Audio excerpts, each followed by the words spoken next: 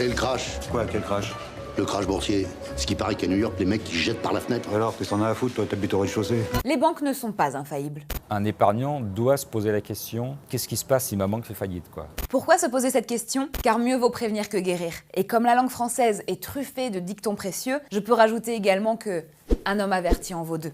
On a connu la crise 2008 qui a été grave, mais on ne peut pas exclure qu'il y ait une nouvelle crise de type 2008 qui soit encore plus grave, c'est-à-dire cette fois avec des faillites bancaires. Des crises financières, il y en a eu. 2008, la crise des subprimes. Souvenez-vous aussi de 2000 et de la crise dite de l'éclatement de la bulle Internet, du crash de 1929, véritable crise bancaire qui a précipité les États-Unis dans la Grande Dépression. Donc oui, sans être alarmiste, nous avons décidé d'être prévoyants et de demander à Philippe Herlin, docteur en économie au Conservatoire national des arts et métiers, ce qu'il nous conseillait pour le cas où notre banque ferait faillite. Et donc penser à des placements qui soient en dehors du système bancaire, par exemple comme l'or physique. Alors l'immobilier, c'est aussi une façon de placer de l'argent en étant en dehors du système bancaire. Et puis il y a les crypto-monnaies, parce que les crypto-monnaies, le bitcoin, on est en dehors du circuit bancaire. Si notre banque fait faillite, les bitcoins, on les garde, il n'y a aucun problème. Je considère qu'un épargnant doit se poser ces questions et donc penser à diversifier son patrimoine en tenant compte du fait que la banque dans laquelle elle peut disparaître à l'occasion d'une prochaine crise financière qui serait un peu plus grave que celle de 2008. Quoi, voilà. Sage conseil, la diversification de ses placements en dehors du système bancaire, qui reste valable même sans crise financière majeure. L'or, l'immobilier, papy connaît.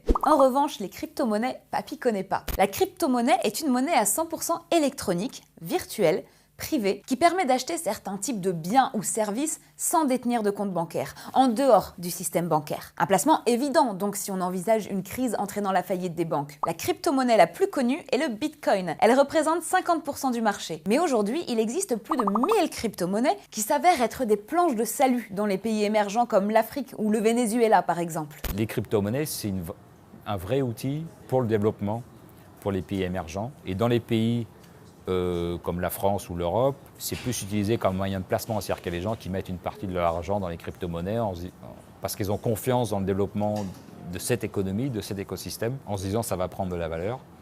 Et à ce moment-là, voilà, c'est plus comme le côté placement qui est vu dans les pays occidentaux. Tu sais ce que c'est que la finance? Oui, la finance, c'est vendre, acheter... Non, ça n'a rien à voir. La finance, c'est du baratin, du bluff. Pour en savoir plus, allez sur le site des éditions Jean de Portal. Elle propose une collection hors des sentiers battus qui avertit et donne des solutions en cas de crise financière ou bancaire. En attendant de nous retrouver sur YouTube pour un prochain journal des astuces légales, abonnez-vous ici et activez les notifications. Vous pouvez aussi nous retrouver sur Facebook. À lundi. Ciao, bidi bye, belle semaine à tous.